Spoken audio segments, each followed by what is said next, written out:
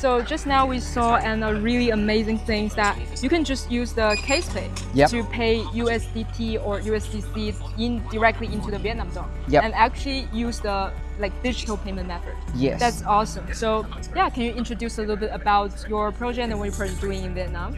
Oh, sure.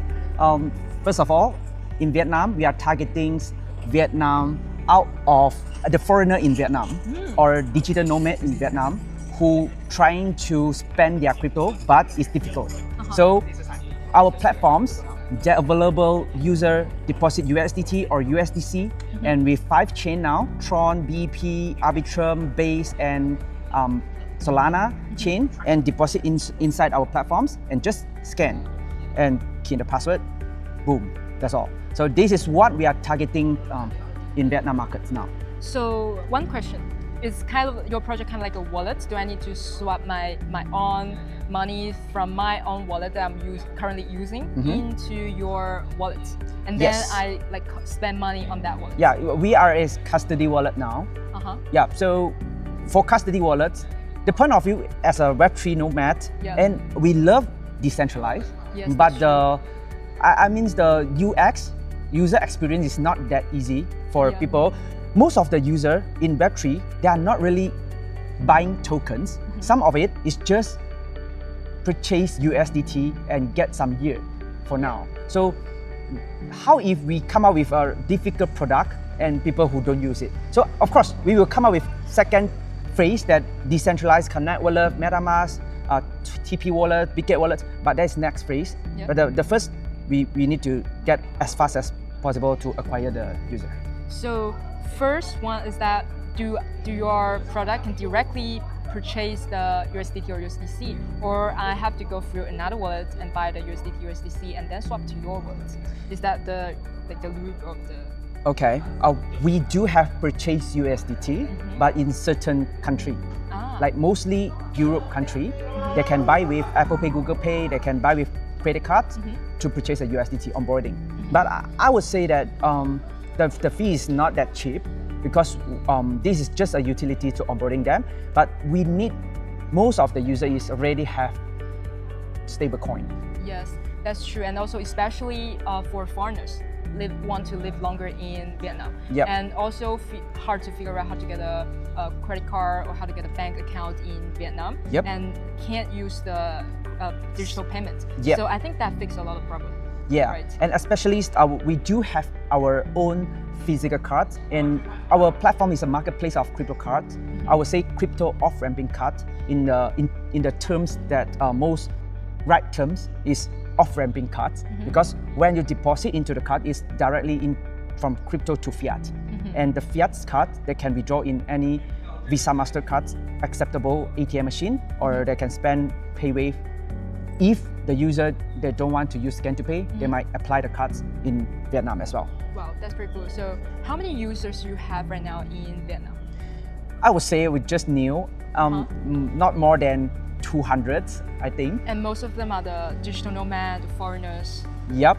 Yeah, and what's your strategy on building up the Vietnam community, or let's say the digital nomad community, on using your card, raising up your user base?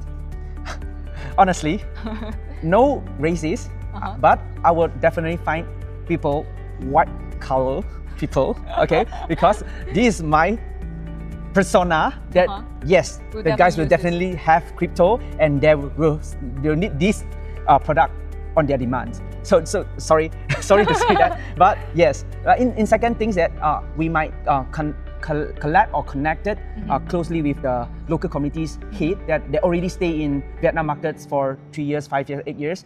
Sometimes they need some solutions that we can provide. So we have looking on that part. And last, of course, we can find out with partners with medias like Koirang. Yes. So it's one of the opportunity that explore Kazepay to let most of the Southeast Asian markets know what we are building on. Yeah, that's true. And besides all of the really good features that you just mentioned, and one of the problems I think all of the cryptocurrency or all of the people in the crypto space will care about is like the security problem. Yes. How do you guys fix this, and how can people trust your security? I think the security parts that in different phase we we have the tax securities, we have the regulation securities, we have the operation securities that have different parts. So if you want to say securities is a huge topic that we might take more than but true. Long story short, I would say the Kazepay, when we partner with local payments providers, is we partners with the local regulated payments providers. So we have two parties in Vietnam. One party is the OTC partners, that regulated OTC partners. They're helping us to doing off-ramping with USDT or USDC converting into Vietnam Dong. So we do have a merchant account, which is Vietnam Dong, in the payment companies. So it is another entities. There is a payments that when you're using Scan to Pay, the funds will go through the Vietnam Dong to the wallets. I mean to their Viet QR or Zalo Pay or Momo Pay.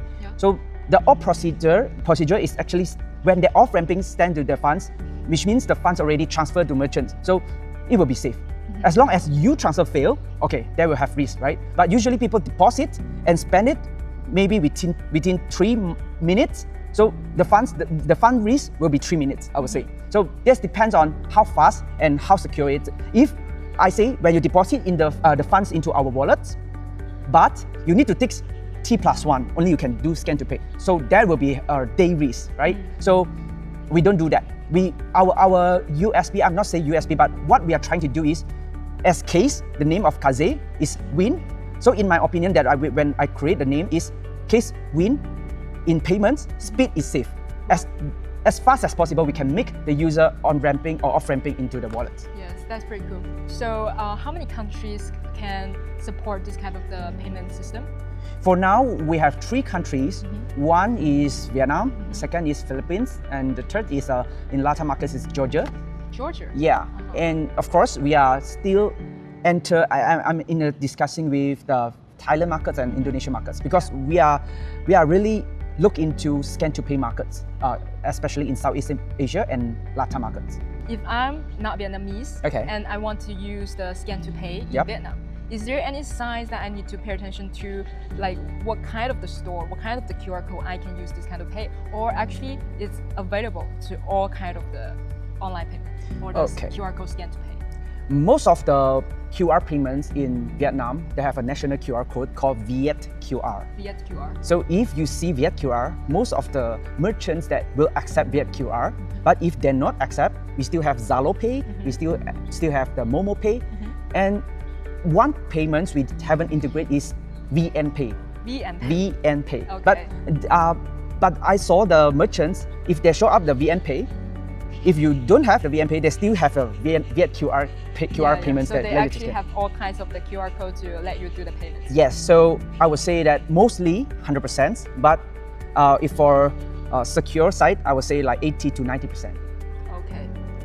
Yeah. Thank you so much. I think that's pretty useful, and I hope you can quickly adopt it into the Thailand where I can use. Yep. Yeah. I would say last thing that if you guys coming to Vietnam or coming to Philippines, or later on you come to Thailand and Indonesia, I wish you should prepare a Kazepay account. Of course. And we are in web app and Telegram mini apps now, and surely soon we'll be in App Store and Play Store.